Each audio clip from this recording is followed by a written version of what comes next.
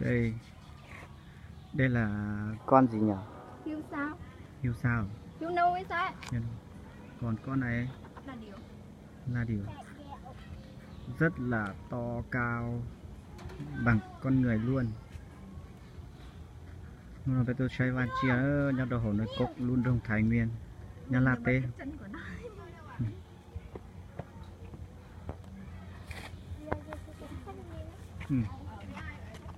Mình tôi xoay cho trông thế đó, tay mình xoay ok.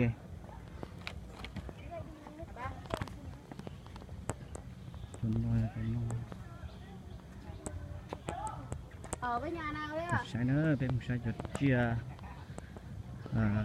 nọc cái chọc thép này ạ, nó hay ạ. Bên đó cho mình luôn nhổn, mình xài nó tua xí ra. Dàn không nói, dàn không bằng thịt nhở, bằng thịt mua chỉ vừa để bé tuần nhiều xí nữa.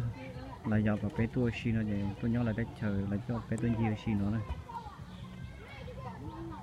Nó do dàn thành không nhá la nữa. Thế tủ không nhiều tụi nó bây giờ cái tim không nhá la thế. Nó chỉ mua khu vậy là cậu cũng đó là tua theo nó này, bé tua nhiều xí. Nó cắt chọc thép to lò cho nó. Anh để dành thằng nó có cần đi đâu.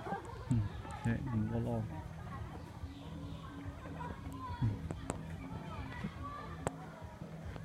Lo sẽ xếp lao tu. Đi tu tụi nó sẽ chỉ tu trò của yếu.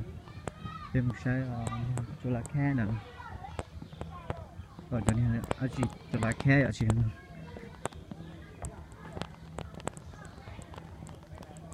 Một cái khe lo chứ. Cá sấu, con cá sấu. Thì phần lưu họ vô chống cơ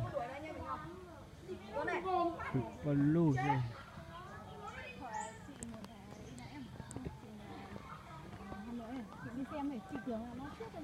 đi bên đấy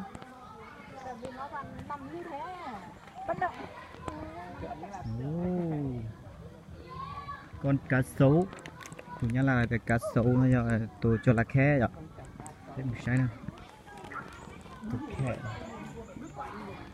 tôi sai trong cơ thế này. Ai ngu thì người lại mới câu cá sấu á. Anh ngu thì người không thích câu cá sấu đâu.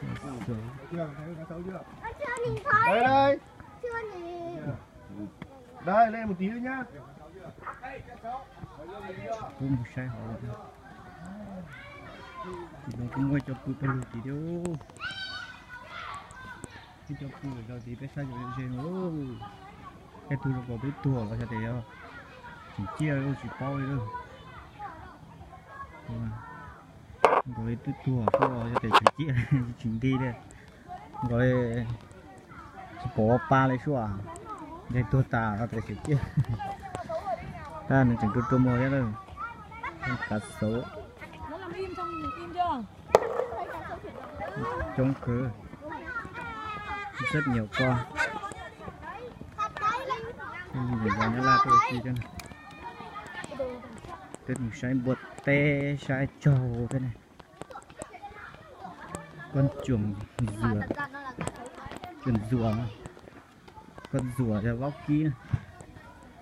Con xe vắt vóc ký on thu. Bao thu một khu xưa. Này vóc ký. Cá sấu. Bột tê nữa. Cái xem bột tê nữa. Bột tê trầu rùa nữa. Sao nào nó chỉ mua thùng bột tê không? Nó cho trầu chứ. Khi mình vào ta thì chỉ ta lỗi. Chuồng nhím. Cái sai cho con thỏ đó gì cắt tai nữa, tụi cắt tai hù nhau nhau này rồi gì lú cớ cho đu cũng mua cho đau cũng mua cái tụi rong gì lú đây mua lia bây giờ ốm chỗ là khe nhưng mà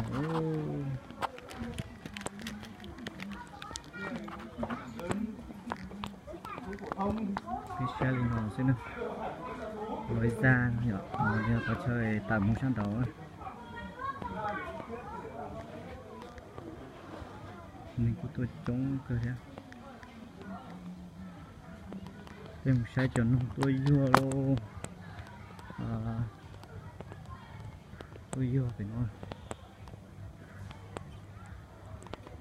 rung cao cỡ tôi vừa hết rồi à? Hết rồi là không tử trồng stock con stock rồi tôi nắng từ nữa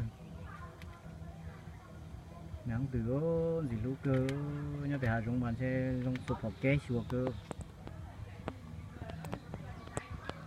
nó chỉ mua chỉ đó ta